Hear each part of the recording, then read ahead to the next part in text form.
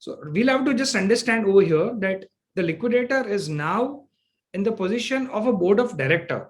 So he'll have all those powers and duties. Upon that, he also is a extended arm of the judiciary, or we say a court officer. So he'll have those powers as well. So he'll verify all the claims of the creditors. He'll control all the assets, properties, and actionable claims of the corporate debtor.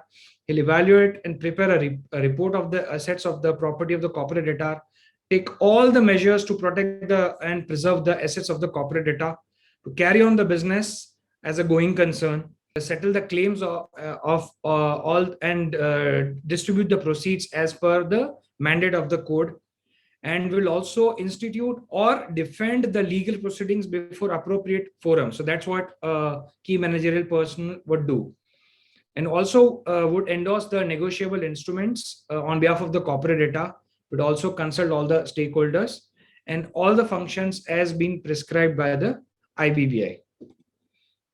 Role and functions of the liquidator. Liquidator forms a liquidation estate with specified assets of the corporate debtor. So this liquidation estate is held as a fiduciary for the benefit of all the creditors.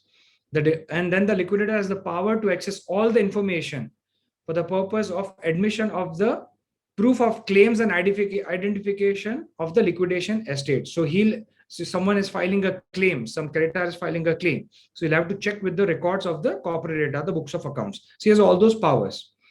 He provide financial information concerning to the corporate debtor within 7 days to the creditors on request. So if a financial creditor wants some financial information, they can request to the liquidator, and liquidator has to provide that within 7 days.